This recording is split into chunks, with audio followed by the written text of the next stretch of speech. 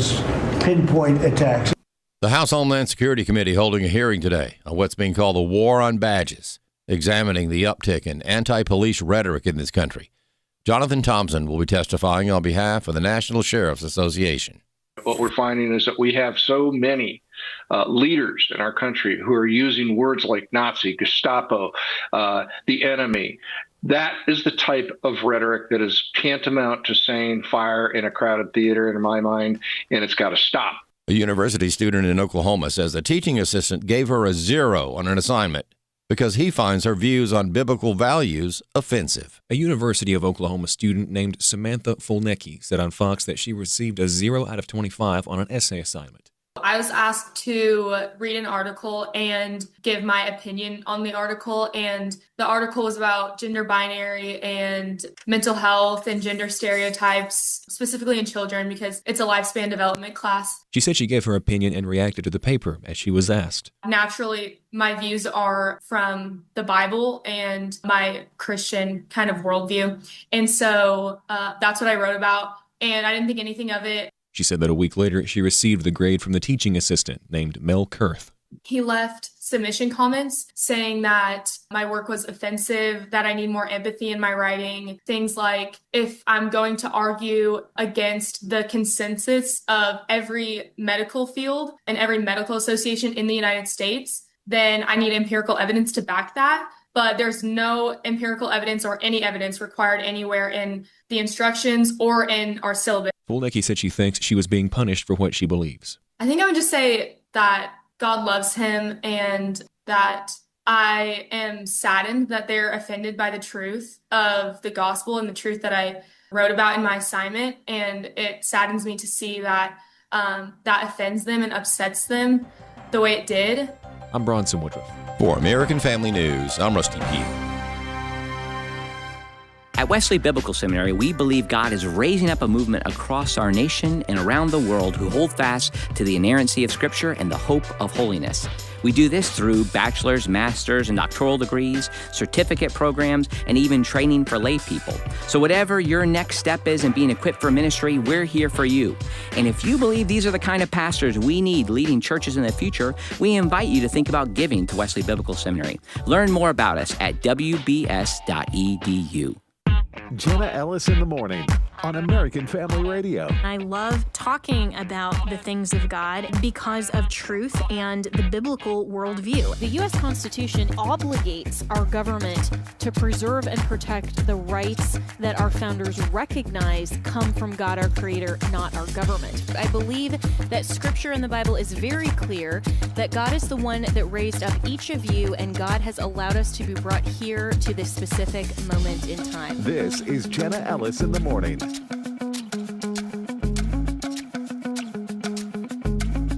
And there's a lot going on in the news, and President Trump yesterday held a cabinet meeting, which he's been holding several cabinet meetings more regularly than he did in his first term. So that's been really interesting. We have a couple of stories coming out of that. But the main focus and emphasis has been on Secretary of War Pete Hegseth, that the Washington Post is describing this morning as Hegseth, with White House help, tries to distance himself from boat strike fallout. And yet, if you actually go and listen to what the secretary says himself and what he said in the cabinet meeting yesterday, he's not really trying to distance himself at all. He has been focused on what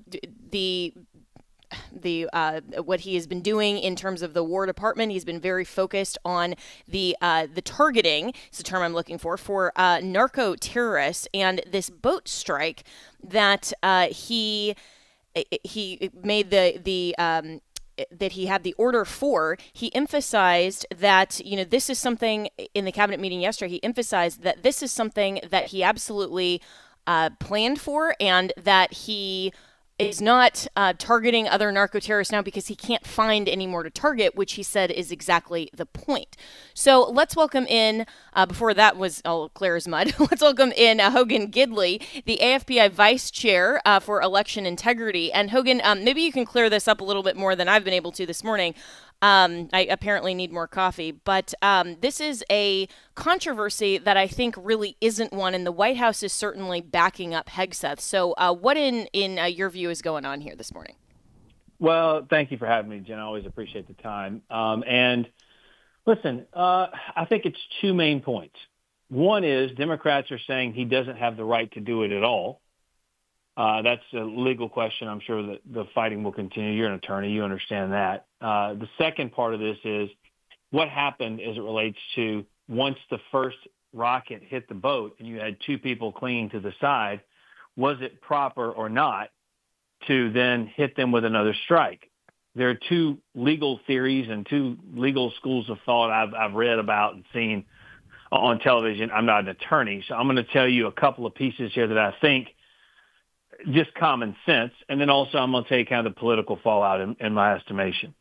Number one, we have had hundreds of thousands of American citizens die needlessly, senselessly, and quite frankly, all 100% preventable because Joe Biden left the border wide open.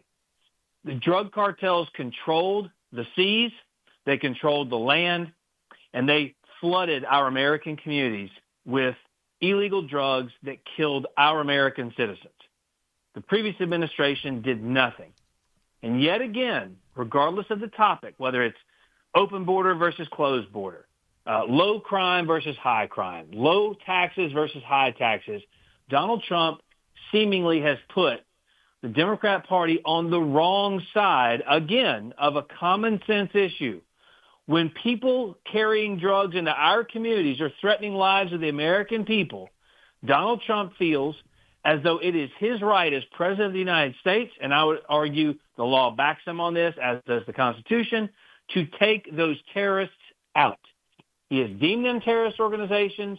He is acting accordingly. The second part of this, with the people getting under the boat or not getting into the boat, I subscribe to the theory that if the directive is to eliminate the target after the first rocket is fired, if the target is quote-unquote not eliminated, do they still pose a threat? That's the debate they're going to have in court. I would argue they do, because if they're still alive, they can still run drugs, they can still kill Americans. You have the right to drop a second bomb, a third bomb, a fifth bomb, however many it takes. That's my own personal view and thought. Again, not an attorney. This will be litigated. But as I mentioned kind of at the outset, the politics of this is pretty simple. Do you want to protect the American people or not? This president does. The previous administration didn't. If Donald Trump keeps it in those guardrails, I do think he is going to be successful, not just with winning over the hearts and minds of the American people, but he'll also be successful keeping this country safe. One more point I will make, and this is kind of fascinating to me. It's all too convenient, don't you think, that these seditious senators come out and say, congressmen come out and say, don't follow illegal orders, as if Donald Trump is giving them illegal orders. And then simultaneously, the lapdog of the Democrat Party, the Washington Post, comes out and writes a story very thinly sourced, all off the, all on background, shadowy, shady sources, that Donald Trump did all of these orders with Pete Hegseth to try and kill these people on his boat. All this is illegal. Come to find out, even the New York Times had to push back on it and go, wait a minute, that isn't true. The timing there is pretty suspicious, that after these claims are made against Donald Trump, the implication being he's issuing illegal orders, which he's not, then all of a sudden the media comes right alongside the Democrats and says, look at this one. This is just the first of many more illegal actions to come. I think the whole thing is a joke. And to use the term from the first administration, I think the whole thing is a hoax. I think the American people are safer because this president is taking action and putting the world's drug cartels on notice. Yeah, really well said. And I couldn't agree more with you that I think that it is just a hoax, and it's always manufactured by the fake news media and the left to suggest that anything that President Trump does is illegal. I mean, he could order a pizza and they would say, well, that's illegal. He called Domino's after, 10 p.m. He can't do that for some, constitutional reason. And so it doesn't matter what Donald Trump does. The left is always trying to find a way to suggest suggest that his actions as president, and especially when they are actually genuinely in the best interests of Americans, that somehow he doesn't have the authority to do that. And so they continue to try to litigate it, and they try to target the people around him so that they can try to drive a wedge between them. And it's really good to see that Trump has had enough of that, and he's standing with Secretary Hegseth. And to your point, Hogan Gidley, my special guest this morning, this is a strike on drug smugglers. And that was one of the things that Trump ran on, was saying we've got to not only close the border, but we have to do something about the drug crisis in America and stop these drug smugglers from coming across the border. And I think you're right that if a first strike is justified because we're trying to stop them, then a second, third, fourth, fifth, whatever it takes to stop them is justified. And, we'll see in terms of how the judiciary ultimately parses through all of that and whether we have these ridiculous rogue judges or not. We can't always trust necessarily what the judges' opinions are, because they may be rogue. But ultimately, I think that this is a non-controversy, and they're just looking for the next thing to try to tell the Trump administration, you're doing something wrong. And I think as well, you were in President Trump's first term, around for both impeachments, all of the hoaxes. I think that the Democrats are also trying to set up a couple of different avenues that if they win the midterms, they're going to try to come around and impeach Trump again with something else. That's part of this, right? Oh yeah, that's not even a question. They're wagging the dog here. And also, something you and I both saw kind of up close and personal with those impeachments. No evidence, didn't matter, whatever. They were going to do what they do, and all this now is coming out, that all the shady deals they had, et cetera. But on top of all of that, I think one of the bigger problems here is that they are setting these things up now so that if they were to somehow take power in the midterms, which is a possibility considering the historic trends, they will go scorched earth on the president. And I do think, in addition to things like affordability, which I can get into at length anytime you want, but one of the other things they want to run on is corruption. So what they're going to try and do is begin to set these predicates and get the headlines. And look, this is what Nancy Pelosi said was kind of their strategy openly. You get a headline, just true or not, doesn't matter. Just get a headline. And then you can run on that. Then you can point to that as being one of the problems. You can say, look, the Washington Post said this. It doesn't matter. As you know, the old adage, a lie gets around the world before the truth has a chance to put on its pants. And it happens time and time again with Trump, because all they want to do is just throw stuff at him and muddy the waters as best they can to try and sully his presidency. But as you point out, I think the bigger problem is go after him in a huge way. Once they take power. Hopefully they don't. But yeah, that's exactly what's happening. Yeah, and I think that it's a good thing to at least have the defenses in place, stand their ground, and Secretary Hegseth is not backing down on any of this. And meanwhile, the Republicans really need to get it together, and they need to be pushing the headlines that actually matter instead of constantly what I think was genuinely a mistake in the first term. Instead of being constantly on the defense and answering the ridiculous headlines and manufactured hoaxes of the left, just going after not only their wins, but also what's actually coming out from the Democrats. And this was something else that was addressed in the cabinet meeting yesterday, Hogan. Kristi Noem on Tim Walz, the governor of Minnesota, and this real scandal.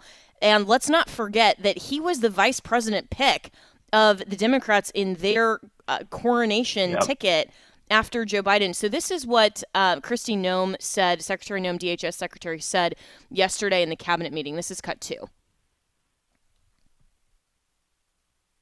If we have it. Cut 2. Thanks. Told me to look into Minnesota and their fraud on visas and their programs. 50% of them are fraudulent, which means that wacko Governor Walz either is an idiot or he did it on purpose. And I think he's both, sir. He brought people in there illegally that never should have been in this country, said they were somebody that they're not. They said they were married to somebody who was their brother or somebody else.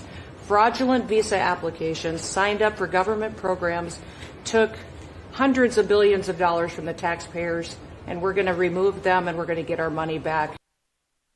So, Hogan, I mean, this is an actual scandal, and yet, the Washington Post doesn't seem to care about this. Why would they?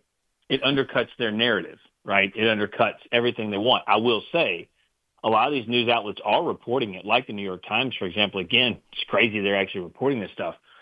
But it's in large part because they don't want him to be near the main stage. I think they're doing it to prevent him from gaining any traction. But what a massive cover-up. $1 billion going to Somalis, going to drug lords, for heaven's sakes. This is a war-torn nation, one that obviously does not share our values. The litany of stories around this country of judges reducing sentences for Somalis who are in this country, raping children, things like that, writing letters on their behalf saying, oh, no, from the Somali community, saying, no, they're really a good family man, I promise. Stuff like this is happening everywhere. And this reminds me of the argument we had during the last campaign for president, when Donald Trump was pointing these things out ad nauseum to everyone and saying, guys, the Democrat Party is standing up for the terrorists. They're standing up for the rapists, the murderers. They're not standing up for you. They are wringing their hands, renting their garments, screaming at the reporters to protect people who are causing crime, not the ones who are the victims of it. It makes no political sense. It's definitely not a pragmatic, common sense thought. But when push comes to shove and the American people begin to pay attention to this stuff closer to the midterms, I hope Republicans do a good job, and I think they will, of exposing this, reminding the American people who stands for them and who stands for people who do not have a right to be in this country. And for those who are in this country, those who commit crimes, they oftentimes will go to protect them as well. It makes no sense, but that's what they're going to continue to do. And I hope they keep doing it because it will give us a much better shot in the midterms. It will, I hope. And we got to take a break here. Hogan Gidley, really appreciate it. We need to have you back on to talk about the midterms more at length. But I think you're absolutely right that this needs to be a focus for the GOP to actually call out what the Democrat Party is standing for, because they've made this very clear. I mean, when we have this federal probe that's targeting over $1 billion of alleged fraud from Minnesota Social Services that Tim Walz apparently knew about and facilitated and just let happen. I mean, these are people that they wanted to elevate to the highest offices. And they think that we, the people, should be voting for them to be in elected office to run this country. I mean, it's utterly absurd, but the Republicans have to do a better job, like I said, of not just defending, but actually going on the offensive and saying, wait a minute, we have a mandate, we're going to fulfill it. And we'll be right back with more to talk to one of those members of Congress about how maybe they're fulfilling it right after this.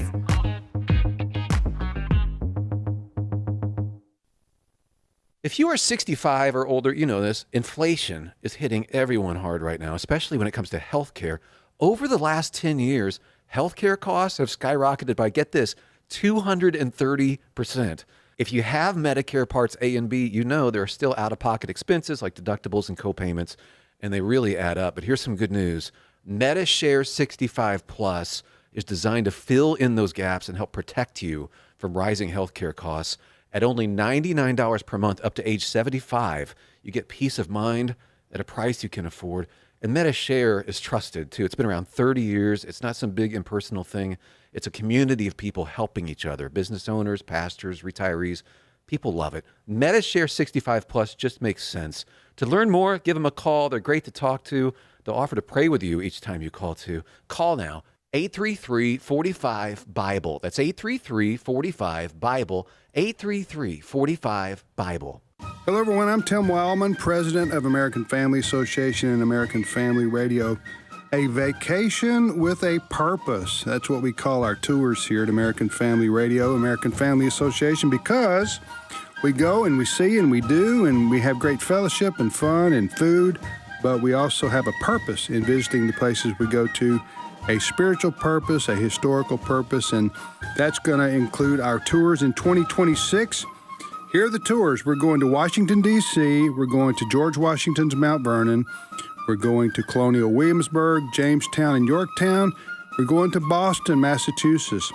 So if you want information on any of those tours for 2026, the dates, the prices, the itinerary, go to this website, wildmangroup.com, WILDMON group.com, and we hope to see you on one of our 2026 Spiritual Heritage Tours.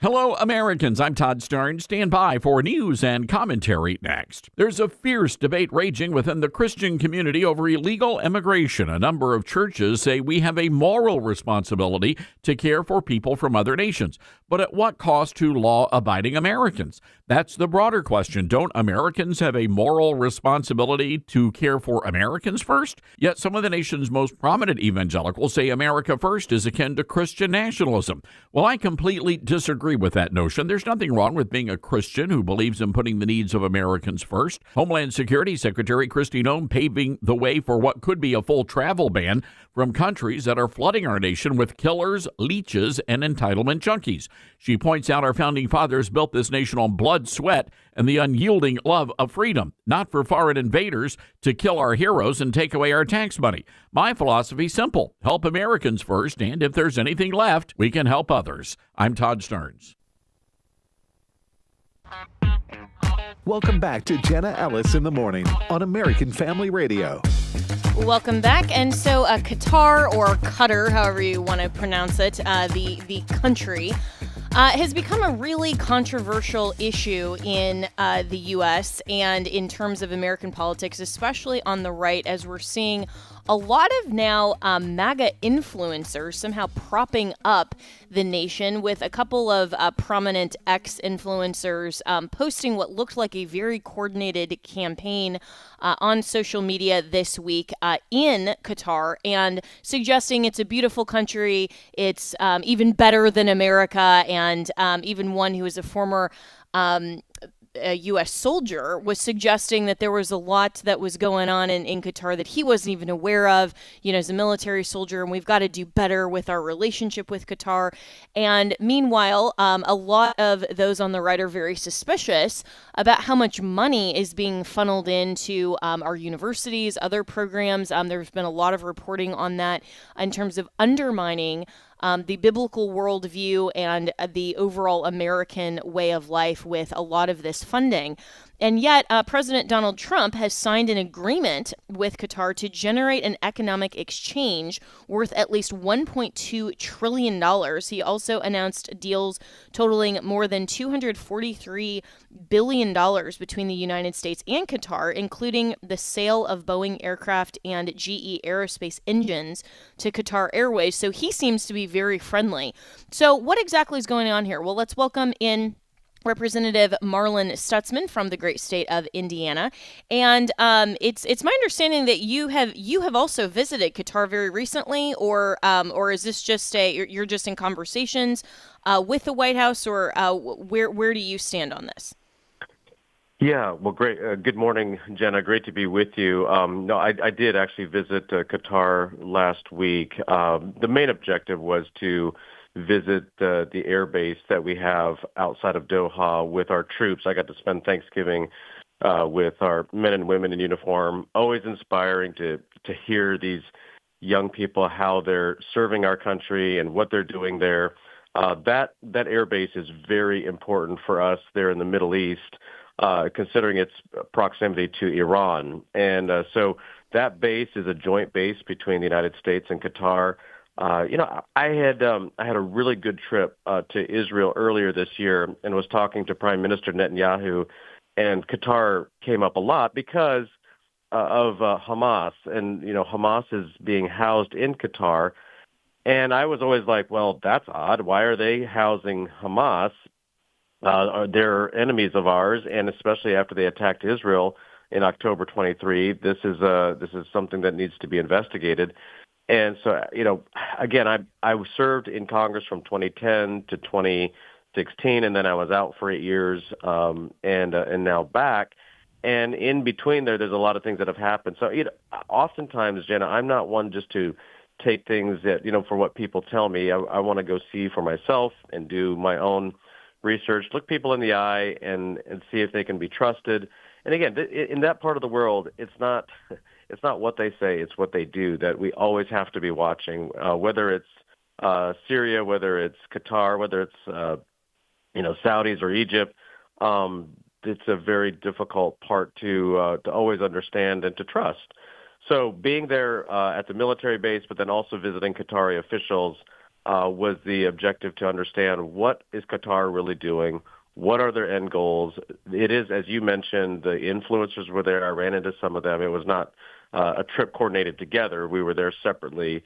I was there with a couple of other congressional members trying to find out exactly, what their role is in all of this and why any support for Hamas. But that was actually going back to the Obama days when Obama asked Qatar to house Hamas so we could keep an eye on them. So there's still a lot of conflicting messages. At the end of the day, I don't want to see Qatar supporting terrorism. I don't want to see Qatar pushing any sort of funding into the United States to our universities that would push an anti-Semitic message. And so while the relationship is, there's positive pieces, we also have to look at any underlying activity that they're doing that would undermine the U.S. mission and agenda for protecting freedom around the world and here at home. Yeah, and to be clear as well, and I'm glad that you pointed this out. The possible coordination was among the influencers, not with the trip for Congress, and so obviously those are two separate things. The campaign itself on the influencer side seemed to be coordinated and likely, at least according to reports, was funded by Qatar. And this is where the crux of the issue, I think, among the right congressmen is that people just simply don't trust why the United States at this point is deepening our relationship with a nation that has a lot of corruption, conflicts of interest, their national security and counterterrorism concerns, and also kind of a moral and ideological tension with the GOP base because of a lot of the alliance of Muslim majority issues with Qatar. And yet, as you mentioned, even Netanyahu sees the benefit, and certainly Donald Trump does, of having Qatar help with some of these negotiations in the Middle East. And so where do you find the balance, I suppose, between the necessity, if Trump is focused on peace, and he is, and that's a good thing, using them as an ally for the purpose of maintaining peace in the Middle East without allowing their worldview, their funding, and their influence to actually seep across our border. I mean, I personally think that that's where the distinction should be.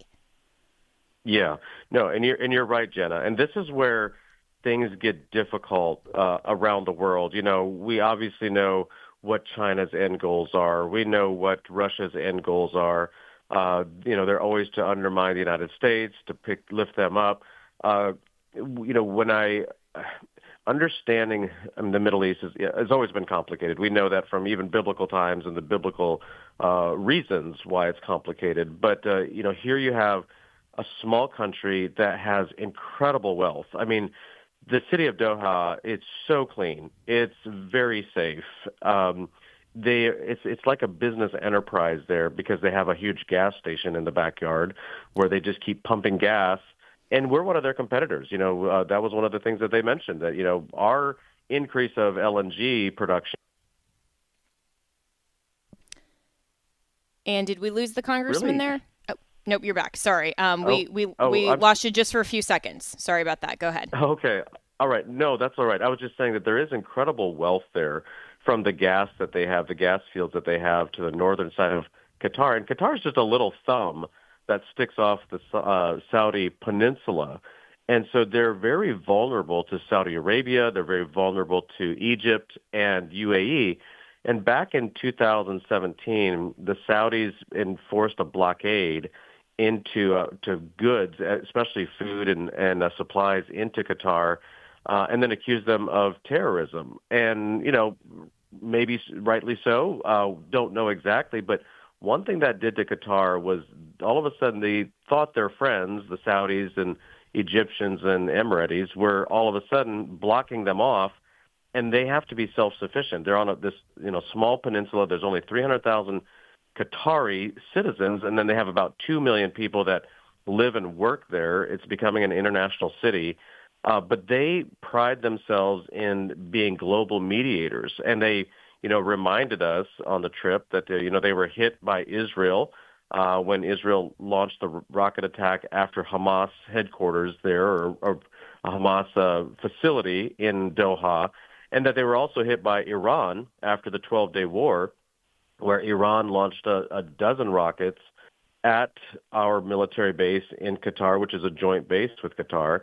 And one of the rockets actually landed at our military base, got through our defense systems there. So they take pride in the fact that they're mediators, which is a very interesting role, but they definitely want a relationship with the United States. And I think that's where we need to say, look, we're willing to be friends and partners. They're buying Boeing jets for Qatar Airways. They're buying hay and feed for their dairy facilities. They're buying a lot of agricultural products from us.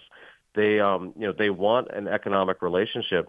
But I think what's important, and this is where President Trump is so good, is saying, look, that's all good and fine. We want those economic relationships, but you cannot be undermining what the U.S. agenda and what our mission is here at home or abroad. And so that's really, why I wanted to visit, to understand what they're up to and how I can support President Trump and his mission of utilizing them in the proper way and making sure that they're also going to be a friend and ally to Israel in the Middle East.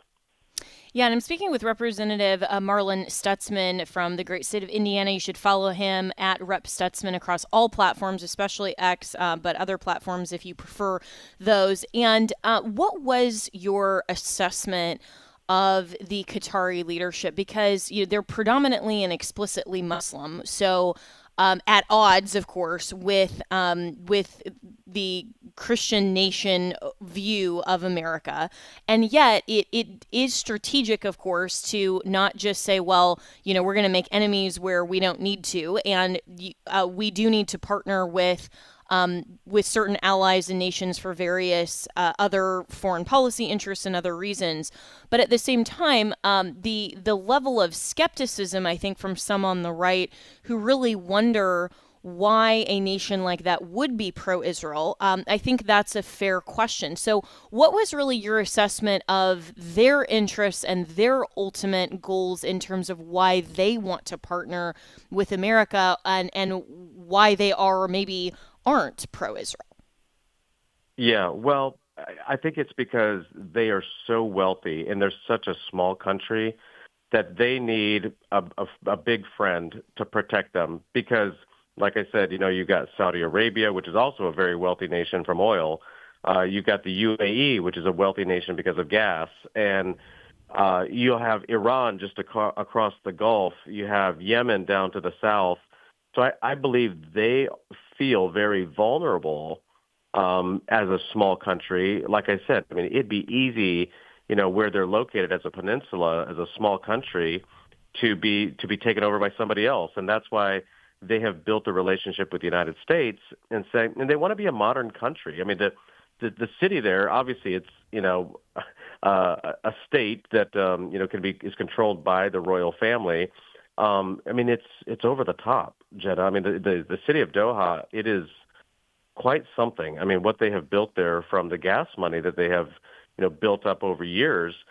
And so they want to be an international city. And that's where I think it's important to say, okay, look, come into the world of Western civilization, of dialogue and letting, free speech, religious freedom. Again, that is always my top issue, is religious freedom. I talked to Christians in Qatar. They do have religious freedom. They're not allowed, it's against the rules, to proselytize or evangelize, but they do have Christian churches. There's a Jewish synagogue.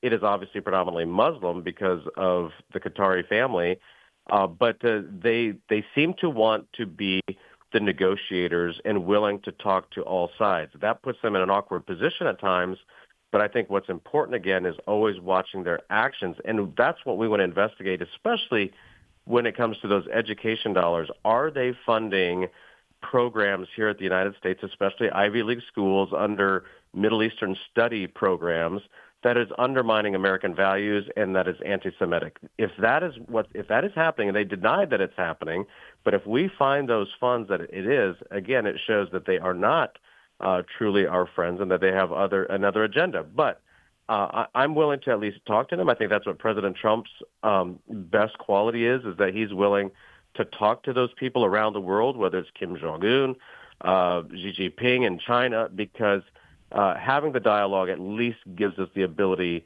to pull people our direction. And again, they know that they're in a very difficult spot within the Middle East even, that they could be overtaken by another country, and that's why they want the relationship and friendship with the United States.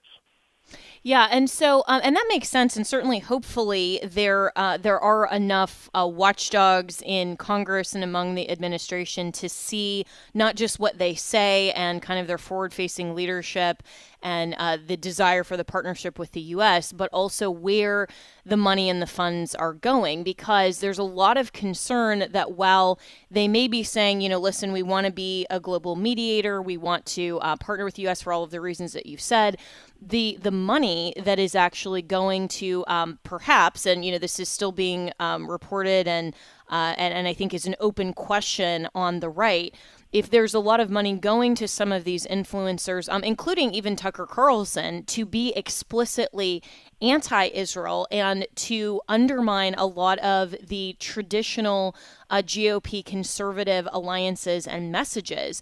And so that kind of break, I think, is the issue for me. Is that, okay, their leadership is saying one thing publicly, but where is their money actually going? Do you see that as a concern? Yes, no, absolutely. And that's what we actually talked to them about that. We told them, in fact, they actually brought it up to us, and we're going to be watching closely that they're going to put money into a particular project that is condemning anti-Semitism, around the Middle East and around the world. I mean, more or less, and specifically related to even the United States. And again, I'm not looking for them to influence us here with their money. I'm looking for them to stand in the Middle East against anti-Semitism and for religious freedom and for quality of life and protecting life in their region. But we did ask them to say, look, you all could stand with Israel in a strong way by messaging with them, saying they should be condemning anti-Semitism. They said they're going to, so we're going to be watching for that. And I think it's always where people put their money is where their heart's at and where their values are at. And so it's going to be interesting. Now, the UAE, again, a lot of money. They're very pro-Israel. In fact, the Emiratis were the only country that did not stop air travel into Tel Aviv after the Hamas attack. In fact, even United States companies flying in and out of Israel stopped sending flights, for security purposes. But the UAE has proven over and over, as a Muslim country, that they are friends and allies of Israel. And so I do want to make sure we keep those doors open to countries that really want to find those relationships and that are coming into the modern world, that are condemning terrorism, not only with their words, but also their actions. And if Qatar is going that way, I want to make sure that we have an open door to that. But again, that's why we need to keep our eyes wide open with anybody, with any country for that matter. If they're telling us one thing and they're doing another, there needs to be consequences. And so that's one of the reasons why I wanted to visit, because they do have a lot of influence in the region. And, of course, with their desire to be negotiators, it puts them in awkward spots at times. But if they're going to continue to push for, the security of not only their own nation, but the security of Israel and the Middle East, I think we should be open to conversations with them. Yeah, well, I very much respect that you are willing to go and talk to them yourself, to investigate this yourself, and to keep kind of an open view and not just take, one side or the other as reported truth, but actually from your position, go and see what's really going on the ground. So this will be fascinating to kind of see where this heads and what the relationship ultimately becomes. And so, Congressman Marlin Stutzman, before I let you go, I also do want to ask you about the SAVE Act, because this is the act that is now over in the Senate that ensures that America's federal elections are only for American citizens. This seems to be very basic, very common sense, and it's passed now twice out of the House. Where's the Senate on this, and why can't Republicans get it together? Because this seems like one of those things, just like the government shutdown, that is worthy of using the nuclear option and saying, hey, let's actually govern while we have the opportunity. Yeah, no, you're exactly right. And it's one of those things where, President Trump is such a strong leader, and, we need to, he's willing to go out there and fight for it and lead on it. And the Senate should be willing to follow. Because it's just common sense that, American elections should not be interfered by outside influences. They should be just for citizens of this country to be voting. And that's why, redistricting in Indiana is important. That's why the SAVE Act is important, to be making sure we protect our elections for the American people that are the ones who truly do get the opportunity and the privilege to vote in this great country. And again, I think that's where the cloture vote continues to be a hang-up, where a couple of Democrats can just stop all activity for the majority party. And that, it went both ways. Republicans had it at a point, and now Democrats have it at a point. I think we need to realize that the Democrats are done with the cloture vote. If they ever get control, that's gone. And so we need to pass the conservative pro-American policies that the American people are expecting and would just think is naturally common sense to pass. Republicans need to realize that and move ahead, and I think that we'll be rewarded for that, for good policy.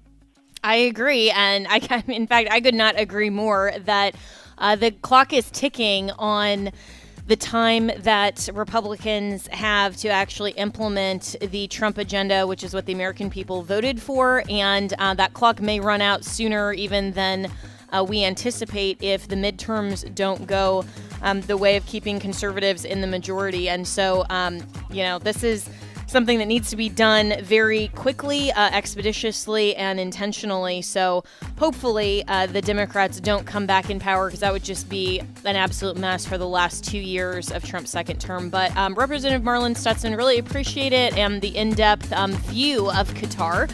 Again, it'll be fascinating to see how all of this turns out. Follow him at Rep. Stutzman. We will be right back with more. Jerusalem, oh Jerusalem, how many times I would have taken you under my wings. They had everything that was necessary for them to know Jesus and follow him, and they went their way. I think for nations, for individuals, there is a day that you have to make the decision to respond to the Lord, and it might be that the door of opportunity after that shuts. Exploring the Word, weekdays 3 p.m. Central on AFR. What sort of family traditions do you enjoy at Christmas? This week on Pathway to Victory, Dr. Robert Jeffress encourages us to pause the gift wrapping and holiday decorating to reflect on why we celebrate Christmas in the first place. Join us for a special Christmas series called Celebrate the Savior, all this week on Pathway to Victory with Dr. Robert Jeffress. Weekday mornings at 6 Central on American Family Radio. Hey everybody, it's Chad with the band Unspoken. I've seen firsthand how powerful it is when the church comes together, and that's exactly what Redeem Health Share is all about. With rising medical costs, Redeem offers a more affordable way to care for your family. Their flexible programs are designed to fit your budget without sacrificing your values. Each month, members contribute a share amount to help pay each other's medical bills, and you choose the providers and the treatments that are right for your family. It's not just just about the money. It's about community. Redeem Health Share is rooted in biblical principles. So whether it's a routine visit or sudden emergency, there's a caring Christian community walking with you every step of the way. This time of the year is a great reminder to make choices that reflect our faith. So if you're looking for another way forward, one that reflects your faith, this is it. Call 844-REDEEM-0 today. Join the movement, share joyfully, and live redeemed. The following is not an actor, but a real-life story from Trinity Debt Management. My debt problem started probably about 2016. I needed my life to change financially. I called Trinity and I ended up joining based on high credit card bills and high interest rate. And my counselor at Trinity has been great, and Trinity has been helping me to get on the right path of paying off these credit card bills, bringing down the interest rate. They have consolidated my bills into one low monthly payment. And now I am finally getting out of credit card debt. So I just want to say thank you, Trinity, for showing me a better and greater path. If you're in debt and you need help, call Trinity at 1-800-788-1813. My name is Sharon, and soon I will be debt-free for keeps. 1-800-788-1813. Welcome back to Jenna Ellis in the Morning on American Family Radio. Welcome back. Well, it is only December 3rd, but the end of the year is rapidly approaching. And if you are considering making a year-end donation to AFA, then you need to actually do that maybe quicker than you think. And so here to talk about end of the year and all great things happening at the AFA Foundation is Chelsea Wildman. Good morning, Chelsea, and tell us about our kind of year-end and what our great AFR family has in terms of options. Yes, thank you so much for having me on today, Jenna. Yes, so the end of the year is rapidly approaching, and so for those who want to get in those last-minute end-of-year gifts for a tax deduction, should do that pretty quickly. So for anyone who would like to give a qualified charitable distribution from their IRA, can definitely contact us in the foundation, and we ask that those be done by December 8th. It does take some time to get those processed, and so December 8th for a QCD is the deadline for that. Also, any stock or mutual fund transfers for a charitable gift annuity or an outright gift should be initiated by the broker by December 15th. That way, again, we have time to process that. And then, of course, physical outright donations can be postmarked no later than December 31st. And then also our charitable gift annuity, if it's okay that I go ahead and touch on that, is a wonderful way for our listeners to get a lifetime income while also supporting the work of American Family Association. So our charitable gift annuity, it is a gift to AFA, and in exchange, you receive a lifetime income. You get a partial tax deduction as well as a partial tax-free income as well as a partial tax deduction, on your taxes. So that's two ways that it helps the donor to, get some tax-free income as well as a tax deduction for their end-of-year giving. And a portion of that is paid to them for the rest of their life. So it's really a win-win for the donor and also for American Family Association. And we try to have those wrapped up by December 31st. So as long as everything is postmarked by then, they should be good to go. Yeah, and this is really important that we have these deadlines and that our AFA family understands those. So again, it's the givers who want to make a qualified charitable distribution or the QCD from their IRA need to do that by December 8th. The stock or mutual fund transfers, that deadline's December 15th. And then physical checks just must be postmarked by USPS no later than December 31st. And Chelsea, this is so important to AFA. I mean, we do our share-a-thons, twice annually, but and that's where we get a lot of the donors that are making either a monthly gift or a one-time gift. But the AFA Foundation is a little bit different, and so kind of describe why this is sort of a separate opportunity and where these types of donations go to support the ministry that we do here at AFA. Yes. So our foundation is separate. We are really the financial stewardship branch of AFA. We help folks understand what ways they can give that, maximizes their benefit as well as AFA's. So if they are interested, they can give us a call, 1-800-326-4543. Extension 345. I'll give that one more time. 1-800-326-4543, extension 345. So our financial stewardship branch is here to help the donors, again, maximize those gifts and help their portfolio the best. We have many different ways to do that, but our main way is that charitable gift annuity, a lifetime income plus giving back to the work of American Family Association once they pass away and go home to be with the Lord is really just a wonderful way to impact the ministry in a long-term way. It really does leave a generational impact that lasts for years and years to come. Yeah, it's really an incredible option, and you can also go to afafoundation.net. That's afafoundation.net, and look at those tabs, how to give, what to give, learn about wills.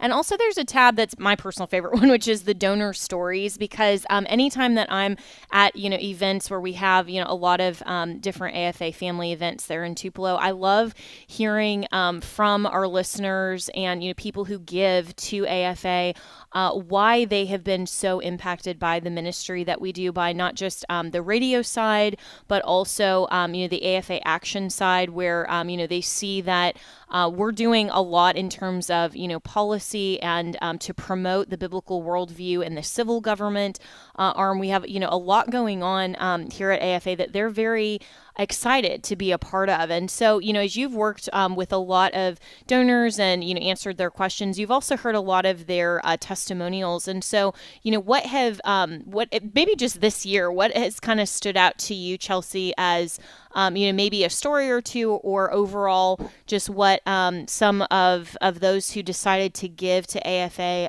how they have personally benefited from that in terms of understanding that this is, as you said, a very, very long-term thing that they are furthering ultimately the truth of the gospel of Christ. Yes, absolutely. Some of my favorite stories are those that are usually grandparents putting charitable gift annuities in place for their grandchildren or for their children. Those are some of my favorite stories because they are saying, Chelsea, we want to sow into this ministry and continue the work of AFA and AFR so that our children, so that our grandchildren have this long term to look to and to really see the ministry continue on forward because, we never know what's going to happen. And so to sow those seeds into the ministry and to watch generations give to future generations has been really just so neat. One story does stick out to me. A donor called to see if a charitable gift annuity would be right for their special needs daughter. And that was really, really touched my heart. They wanted to have something set up to where her care was paid for and taken care of. And through a charitable gift annuity, they were able to do that. And so all of the stories that really not only help the donor or the child or the grandchild really, really do touch us. And we are so thankful to get to work with and speak with our AFA family every day to see if this is an option for them. And so I would love and welcome anyone to call into 1-800-326 4543, extension 345, and speak with our team. Riley, Jessica, myself, we love to speak with our AFA family to see if one of these options would be right for them. Yeah, and I love that story, Chelsea, especially because in a lot of the giving, at least for maybe people who just are one-time donors, or they've called into Share-a-thon before, some of those, they think of it as just, okay, well, I write my check, or I have a monthly gift from my credit card set up, however they do that, and it's sort of like that just is drafted out, and that's all, and they almost think of that as the only option instead of something that's a little bit more robust and can actually benefit not only AFA but also their family. And I think that is an option. A lot of people don't think about that, and they're not maybe even aware that is a possibility. And so that kind of benefit long-term to both their family and also the ministry is really an incredible opportunity that people have to participate in. So again, you can go to afafoundation.net, and then also 800-326-4543 extension. Is it 324? 345, yes. 345, sorry, 345. So 1-800-326-4543, and you can call that extension and speak with anyone in the AFA Foundation, including Chelsea. And so just in the last minute or so that I have here, how would you encourage, someone who's been thinking about this maybe for a while, to just call and even, speak about the options? Yes. So we have many people that call in and they say, oh, we're just thinking about this, we're considering it. Just taking that first step to consider so that you can get the information is definitely critical. Calling and having a conversation with us, letting us tell you how this could help you, as well as help the ministry, is really important. Beginning that conversation, sometimes we start that conversation and the charitable gift annuity doesn't come to fruition, until a few years down the road, and that's okay. That's what we're here for. There's no rush. Timing is absolutely, up to the Lord and up to the donor, but we just want to provide that information for them.